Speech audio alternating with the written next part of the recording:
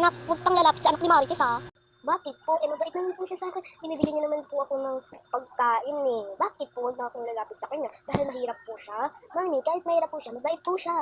Maganda po siya kaibiganin. Di, bad po ba kayo, mami? Ayoko po na bad na mami. Iinis po ako sa ganun. Mami, kaya ata kayo naghiwalay ni daddy dahil sa ganyan mo pong ugali eh. Ayan, ganyan yung natututunan mo sa kanya. Nasasagot mo na ako, dati hindi mo ako sinasagot. Di ba sabi ko, makikipagkaibigan ka, huwag ka makikipagkaibigan sa mahirap, makapagkaibigan ka sa mayaman, katulad natin. Oo, hindi dahil doon, hindi dahil iwanan ako ng daddy mo dahil masungit ako, hindi doon. May iba pang problema kung bakit kami naghiwalay. Tsaka ang bata mo pa para malaman yun.